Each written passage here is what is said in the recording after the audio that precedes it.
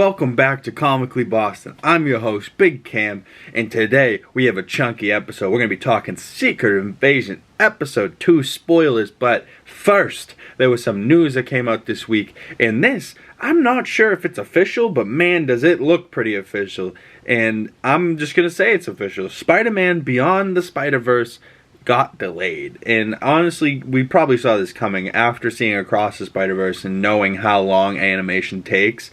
That movie looked incredible, and we're supposed to be getting the sequel to that, or the third movie in the trilogy next year. So no, we got pushed back a little bit, but this is what Sony had to say.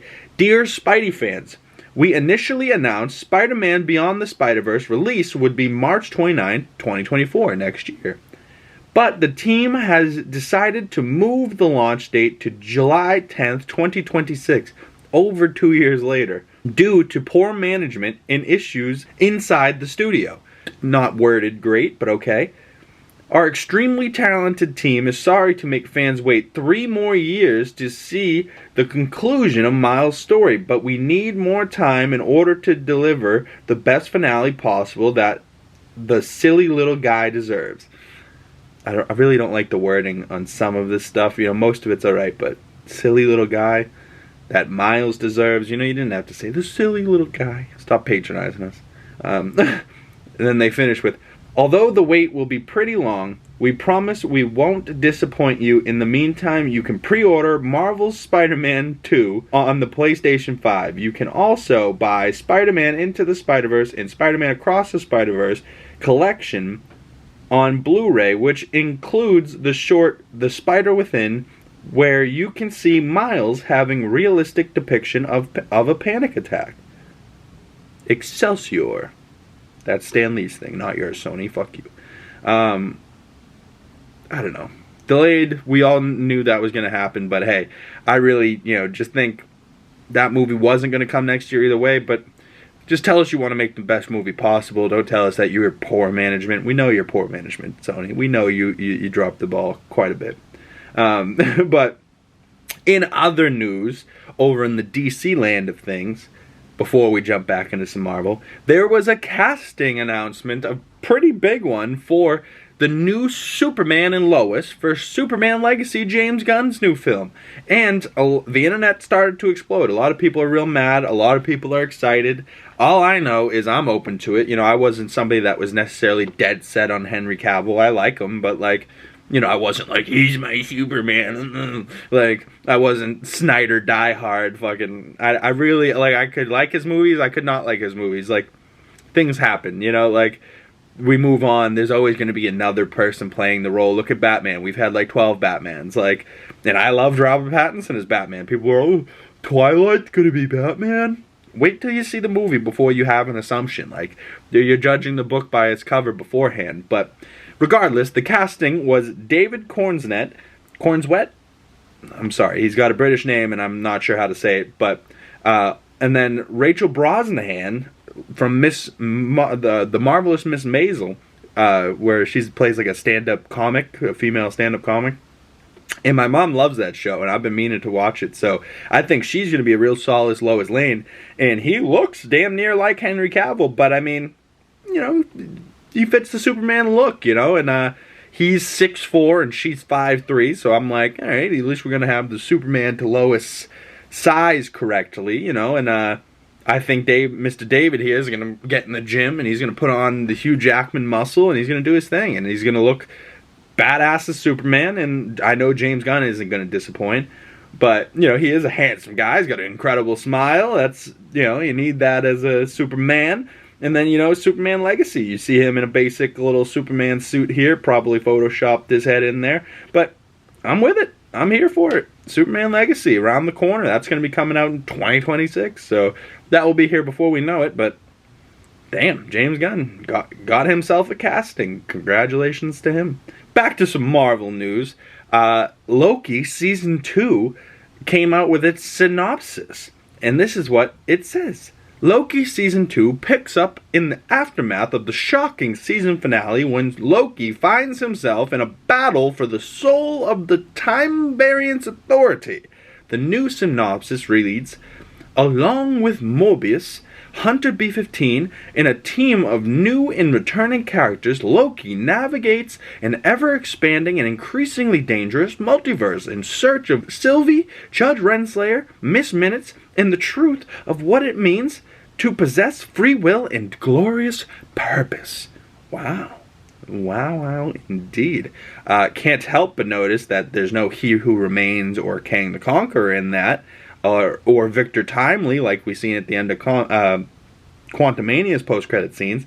But I think Marvel is being smart. They haven't just fired Jonathan Majors without proof that he's guilty. And new statements are coming out that the girlfriend just got arrested and that he's maybe not so guilty. And I'm standing with Anthony Mackie and Jonathan Majors. You know, I'm not going to fucking make the guy guilty in my mind until there's proof. You know, you're innocent till proven guilty. So I think either way, you know, I hope all the people involved are okay. But Jonathan Majors is an actor I fucking like as Kang. And I loved him in Creed 3. And everything I've seen Jonathan Majors in, I've been like, damn, this guy can act his fucking ass off.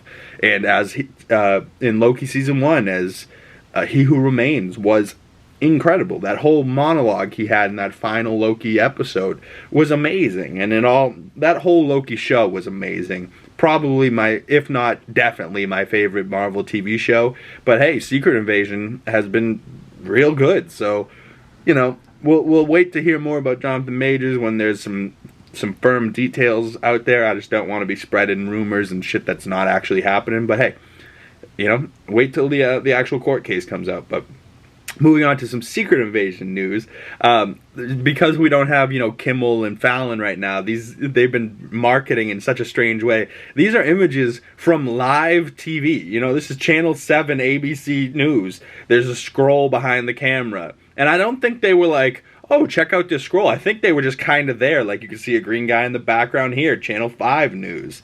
You could see a scroll walking behind this guy in Channel 8 News, you know, Jimmy's Food Store. All of a sudden, there's a scroll behind him. Just like, and imagine, I just saw one tweet that was like, imagine you're not a Marvel fan and you have no idea what scrolls are, and you're just watching the news one day and you just see some green people walking around. You're going to be like, what the fuck was that? Was that an alien invasion on my fucking news channel? Like, I just thought it was funny that they did that. But, you know, that's the clever way that Marvel markets things. They're like, all right, dress up as a scroll. Just go get out there and try and get on the news. Like, okay. Like, it's just some strange marketing, but I guess whatever floats your boat. You got difficult times of marketing right now, so you got to do what you got to do. All right, let's get into Secret Invasion Episode 2, Promises. Spoilers for those that have not watched the episode. Shoo. Get out of here. Come back and talk to me after you've seen the episode, because this one, to me, was a good one. We, you know, pick up where with Maria Hill just died last episode, so we start this episode with 1995 Captain Marvel flashbacks, right? And we're seeing Nick Fury as a young man. Then it cuts to 1997, 2 years later, in Brixton, London, and a Skrull named Vera. Who's that? We'll talk about her more later. Introduces a young Gravik, a Skrull, to Nick Fury, and explains to Fury that his parents were killed in the last stand against Kree.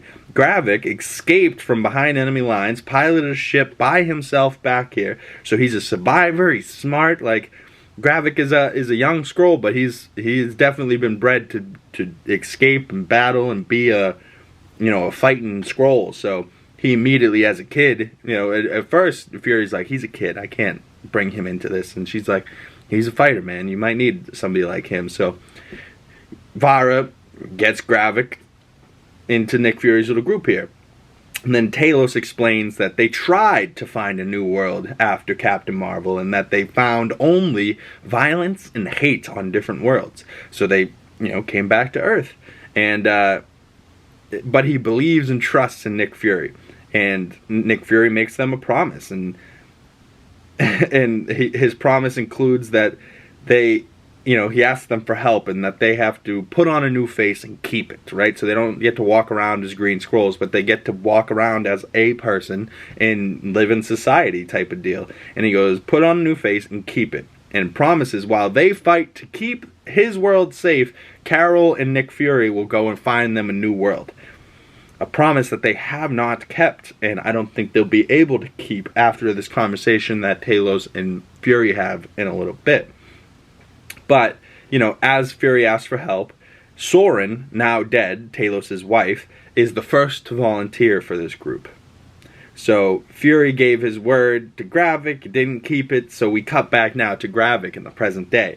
Gravik just had bombed and shot Maria Hill. He walks with Gaia, jumps into a car, and then the intro plays. Right? So you see Gaia is still with Talos, and now Gaia really did lie to Talos in that last episode. Also, by the way, do you like my One Last Fight Nick Fury Skrull t-shirt? If you like it, go check out Nerd Riot Shop. It's not a promotion, it's just you know, a little plug because I love their shirts, and maybe if you're a nerd like me, you'd love their shirts too. So the intro plays, then we cut to a train, and there's this beautiful woman, but it's really just Talos disguised, you know, because he can transform into frickin' anybody. So Talos convinces the cops that are looking for Fury. They're looking for a black man. He's like, a black man in Moscow. Better luck. You know, like, and sends them on their way. But Fury's really in the train car. Same with Talos there. So Talos goes from the woman back to Ben Mendelsohn's character. And you really got to love his accent. You know, it's just so deep and broad. It's just amazing accent he's got. But Fury and Talos play a game on the train called Tell Me Something I Don't Know, a game that Fury and his mother used to play. So you start really getting to know more about Fury, and Fury starts to feel more human than ever, where this whole time he felt like this guy that was untouchable, you know, like the guy with the eye patch, just kicking ass, taking names, you know, like now he just seems like this old man, and he's just like humble, and he's like, he has a family, and he's just trying his best like everybody else, but he has no idea what's going on in the fight that he's trying to fight. He can't even see who they are because the invaders are just fucking invading, and you can't even see them. Like, you can't even tell who they are. It's crazy. But so Talos tells Nick Fury something he doesn't know, and tells him that when they first came, like in their planet of Skrullos got blown up and they had to flee to Earth, he originally in Captain Marvel said that a small group of them came to Earth. What he didn't tell them is that all of the remaining survivors came to Earth. So there's 1 million, right? In the last episode we thought there was 500 plus of Skrulls. There was 1 million Skrulls that came with them. And those Skrulls came, and they definitely had kids and babies and reproduced, so there's probably more than 1 million Skrulls on Earth right now. Another species. We already had an overpopulation problem. That's why the Eternals happened and Thanos happened. And now we have 1 million plus of another species on this planet that we didn't even fucking know. And we can't know, like we can't even tell. That's crazy. But so, Talos and Fury get into a little argument now, and Fury's like, humans can't cohabitate with humans. What makes you think that we're gonna be able to cohabitate with another species? You've been here long enough. Like, come on, man, you should know this. Like, yeah, he goes, humans can't coexist with each other. You've been here long enough. You should know that. Like, come on, Talos. And then he goes, but matter of fact, I think this is your stop. And he like kicks him off the train. It's like, yeah, like, dude, really? Like, come on, man. Like, not Talos and Fury fighting now. So now Fury's like all alone. He's searching for any friends he's got left, any connections he's got. He just feels terrible about Maria Hill. So now we cut back to London to a casket getting loaded up on a plane. It's Maria Hill's. Fury talks to Maria Hill's mom, and Hill's mom blames him. So you're the reason I'm taking my daughter back in a box. And Fury's like, you know, like, oh, this whole scene hit me hard as fuck. And she's like, Maria believed in you. Like, she would have followed you to the gates of hell. And he's like, I know she would have, but it's my fault she's dead. Like, poor fucking Maria Hill. Rest in peace, Maria Hill. Colby Smulders was amazing through all of her Marvel performances, and it really looks like she's gone now, but just to give her a little props, she came in Avengers 1, Gangsta, Captain America, Winter Soldier, she was great. Avengers Age of Ultron, she was great. Avengers Infinity War, she gets dusted. Endgame, she comes back, she's at Tony Stark's funeral. She's in Far From Home as Soren, right? And then she's in What If, and now a quick appearance in Secret Invasion. And also I believe she was in Agents of S.H.I.E.L.D., but I haven't seen that, so maybe I'll have to go check that out. But You know, just so sad. So damn sad. Maria Hill is officially gone. Like, gone, peace, gone. You know, like, you're like, fuck, man. So after Fury goes and talks to Hill's mom, we see reporters talking about what has happened in Moscow. We see Shooter McGavin from Happy Gilmore. We see him as a U.S. person. We see the Prime Minister. We see NATO. But Gravik in the car with Gaia tells Gaia that Fury's just vapors. He's old. But you don't punish a man by giving him what he wants. So Gravik doesn't just want to kill Fury. He wants to punish him and, you know, make him really hurt. And then he goes, bring me to the Skrull Council meeting. I want to see their faces while Moscow's still burning. Right? So then you walk into the Skrull Council. You see Shooter McGavin, the Prime Minister that was just on the news, the head of NATO that was all just on the news. They're all Skrulls. So Skrulls have fully infiltrated governments and all this shit. And this is only a small group of the council members. Like, we don't even see all of them. And one of the guys is like, it says, like, don't act like a dog or something. And this Gravik, like, speech that he gives is, like, so good. But he starts with, I quite like dogs. And as soon as he said it, I was like, let him cook. Let him cook. I like dogs, too. They're better than humans. I know it. Like, but then one of the ladies, Shirley, goes, you've killed 2,000 innocent people. And later, when Rhodey's talking to Fury, he's like, there's 2,000 innocent dead. Probably the number will triple or double after they find more bodies in the rubble. So, confirmed, all those innocents from the first episode, 2,000 plus innocent people dead. So Gravik is on a straight up killing spree. He speaks in Skrull, though, to all these people in the group.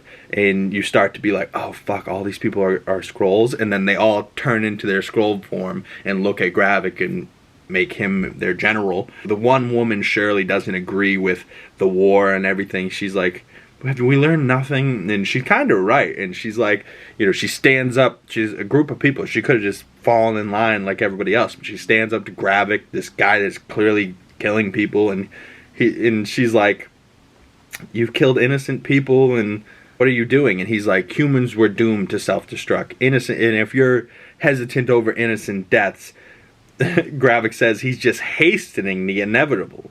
Thanos-esque. The inevitable? I am inevitable. Like, and then someone asks, what if the Avengers come back? And Gravik goes, you think I didn't think of that? Put your faith in me.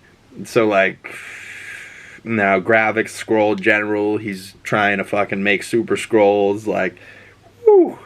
But as Shirley disagrees, he goes, go in peace, sister. Actually, first he goes, so as Shirley disagrees, he goes, oh, if I had 100 of you, I could take over the universe. And he says it so, like, under his breath that you have to read the subtitles to actually kind of understand it. But either way, he's like, go in peace, sister, you will not be harmed. Which, she doesn't get harmed as far as we know yet. But as soon as she walks out of that Skrull meeting, she takes a phone call from Talos. And you're like, oh, shit. She should not be talking to him. But Talos wants to meet with Gravik to talk about Gaia, his daughter. So Gravik goes back to the compound, gets, you know, applauded, blah, blah, blah. Rhodey is now getting questioned for what happened in Moscow, and U.S. is to blame at the moment. And he's like, they're like, why is your president not here? He's like, oh no, I came here as a courtesy. And like, he talks so much shit, and he leans over to, like, the lady talking behind him, and is like, if Slovakia rolls her eyes at me one more time, I'm gonna carpet bomb the bitch. Like, this whole part with pissed off Rhodey was so good. Like, I was enjoying it so thoroughly. I was like, oh my god, poor Rhodey right now is just going through it. Like, damn, son. Poor Rhodey, man. But this Rhodey, you know, like, as much as it's the Rhodey that we've seen, I don't know, man. Maybe this Rhodey's a fucking Skrull. Like, it definitely seems Skrull-esque of Rhodey to just fucking fire Fury. Like, they have this whole argument, this whole great conversation, like the whole scene with him in the bar or wherever, sitting down talking. Amazing writing, like perfect writing, shot great, you know, acted great by these two amazing actors, like two of the best of all time. But as they're talking, Rhodey goes, "Should we call our friends?" Meaning the Avengers, and they actually give you some good logic. And he goes, "No, we call the Avengers. One of them gets duplicated. Then we got Avengers killing people, and we don't need that." So Fury's trying to do it by himself, and poor Rhodey's like, "Listen, brother," he goes, "don't come asking me for a favor because I'm black like you. Like, fucking, you should be better." Like, and he kind of holds him accountable, but I don't know. Rhodey was still kind of a dick about it, but Rhodey had a tough day. But so after, Nick Fury goes, "You think you could strip me of my title and I'm gonna lose my DNA?" And you're like, "Oh shit, Fury's still Fury." He breaks the dude's finger, and like disarms the gun, and then he's like this, and you wonder why you're out, and he goes, "I'm Nick Fury, bitch. Even when I'm out, I'm in." You know, and you're like, Nick Fury, Samuel Jackson. All he had to say was "motherfucker," you know, like, and you were like, "Oh, he's here, he's back," you know, like. But then, you know, we get a scene of Fury just fully alone. He's on a bench, like, you know, he's holding his head. He's really just alone. He's struggling, man. Like, poor Nick Fury. But then we cut to another great scene. Sonya shows up at a butcher shop. Sonya is Olivia Colman's character. In Sonya, I'm telling you, Olivia Colman's been given these vibes. You know, the lady from Order of the Phoenix, you know, the like little crazy bitch. But Olivia Colman's character is funny.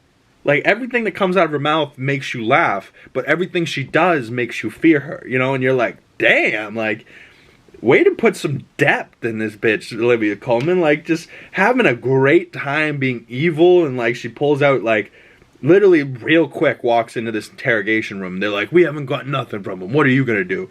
Fucking in there by herself, this woman just, you know, got a little pink sweater on, and she's like, "Okay, let's figure this out." Cuts off his finger, it turns green. She's like, "Oh, so that answers that question. Let's find out more." Puts this needle in his fucking butt cheek, spine, whatever, and makes his blood boil to like 160 degrees Celsius. I have no idea what that is Fahrenheit, but it's hot. And this boy's blood's boiling, and he spilled the beans. He told him a bunch of shit. Or at least told Olivia Colman, but she's MI6. You don't want to tell her shit. But she is a frightening woman, but also badass. I was here for it. I was like, damn, all right. You know, like, and she's like, I love when she first walked to the butcher shop. The guy's like, "Hey, the door was locked," and she goes, "Well, that tells you what you need to know about me indoors. Is he here?" And the guy's like, she's like, "That's what I thought." You know, and you're like, oh my god, Olivia Colman, one of my favorite actresses of all time. She's just great. So she finds out what this poor guy Brogdon that they took from the bombing is up to, and she finds out Skrull information. Doesn't necessarily give him everything, but he definitely tells her some shit. But we cut back to Gaia snooping through a lab computer, which honestly looked like it was from 1999. Like, it was an old-ass computer, but Gaia's snooping through, and she sees this, like, you know, in this old 19-diggity-2 computer screen, she sees DNA from Groot, Frost Beast, Cull Obsidian, and then when she scrolls down, you see Extremis. So, why are they taking DNA from these other creatures with power type deal, and so this is more so teasing this image that we've seen from the trailer of Gravik with a Groot arm. So Super Skrulls incoming, maybe, probably, definitely. But all I'm saying is that, you know, just to bring back little things like the Frost Beast from Thor Dark World, Cull Obsidian getting his hand cut off from that portal in the park by Wong, Extremis, Iron Man 3 we're bringing back, like, what are we doing? Like, and then Groot is somehow a part of how they become powerful. Like, man, didn't know Groot was gonna get tied into this somehow, some way. So Gravik starts talking shit to Gaia. He's like, "Oh, Talos is a coward," and then they go to locate Brogdon, the Skrull that's being tortured. Brogdon tells Sonya Gravik's making a machine to make them stronger, teasing Super Skrulls even more. Gravik breaches the butcher shop, breaks out Brogdon, and as he breaches is one of the coldest scenes. The guy goes, "Go get me a sausage." The guy is about to chop sausage, and as he's about to swing down, you just see, poof, you know, a silencer right through the fucking eyeballs. And, you know, he grabs the bell, opens the door so it doesn't make noise. You're like, damn. Like, what? Gravik is, and we physically see, like, Kingsley Benadir doing it. So it's like, fully badass. You're fully in love with like the action that's happening, but you're fully immersed. You're like, what? Like I couldn't take my eyes off it, and it was brutal. He hangs somebody by a meat hook, like kills everybody in the place, and then he's just kind of like stretching, like, yeah, I needed some practice, yeah. And you're like, whew. And the poor guy, still with his blood boiling, Olivia Colman escapes out the escape hatch, but blood boiling, gets in the car with Emilia Clarke, Gaia, and her, Bento from the first episode, and they drive Bento, Brogdon, Pagon, Gravik's right-hand man, Gravik, and Emilia Clarke, Gaia. They start driving, but as they were in the store, Gaia made a phone call, and she was speaking in Russian, and they drive by a safe house that has been caught. And I didn't think, what's his name, Brogdon told Sonia, Olivia Colman, about the safe house, so I think Gaia called in against Gravik and got their safe house, like, kind of fucked. But then Gravik tells her to pull over in the middle of nowhere, and you just kind of walk over into the woods, and they just shoot poor Brogdon, and then just leave him in the woods. I'm like, there's no hole, there's no burying him, there's just, yeah, we're just gonna shoot him, leave him, and just drive away. Like this is fully an adult show. Like, this is not kid shit. Like, we're fully embracing Nick Fury and the adult and the craziness and the darkness of this show. Like, it's amazing. I truly love this show, and I hope other people are enjoying it as well. So then we cut back to Fury jumping in a vehicle, and he drives to his wife, Priscilla Fury's house. And is his wife Vara the same bitch from the opening scene that introduced Gravik to Fury? So, like, you see, this woman in this green shirt and these gold necklaces as a scroll, chopping, I think, cucumber or something. And then Nick Fury walks in, and we see her as this beautiful black lady with curly hair and the same gold necklaces and the same green shirt. And she goes, "Aren't you forgetting something?" He walks over to a bowl, puts his wedding ring on, and then he gives her a kiss, and fucking they smooch. They get the whole husband and wife thing going on. But this brings up two of the big questions from this week. One, does Nick Fury know his wife's a Skrull? Two, Nick Fury's fucking a Skrull? You're like, ah, damn, like, man, like, psh, like, I can't believe Nick Fury's fucking an alien. But I can't, but like, how weird is it that we're in a place in Marvel where you're like, Nick Fury's fucking an alien, and I'm really not that surprised. I'm like, yeah, makes sense, like, I guess so, like, the power to him. But they kiss, and then the credits roll as Try a Little Tenderness by Otis Redding plays. Woo. And just another, like, complete, solid episode. Like, episode 1 was great, episode 2 was great. Like, comment below or at me on Twitter, what do you think of this episode in the Secret Invasion series? I want to know genuinely. If you hate the show, definitely comment, because I got to know what you're hating about it. Like, what did you expect from this show? Like, the people that are online going, oh, it's boring. What kind of shows are you watching? Are you only ever watched the Marvel TV shows? Because I got news for you. A lot of shows have, like, no action and mostly dialogue, and they're fire freaking shows. Like, good writing in battles that aren't just fights. Like, this had a great mix of the fight in the butcher shop, but also the wordsmith fight. Like, Olivia Colman eating this guy alive with the words. And then, Fury and Rhodey fighting each other with words. And Talos and Fury fighting each other with words. Maria Hill's mom fighting Fury with words. Like, everything that they say is important and, evident and, emotional. And you feel it. Like, you're feeling that Nick Fury's alone and he's in pain, and then all of a sudden we meet his wife that we never knew he really had, like, and his wife happens to be a motherfucking Skrull, and we don't know if he knows that she's a Skrull or not, but I would think he knows, considering he knew who Vara was at the first episode all them years ago in 97. Now it's, 20-something, 30 years later.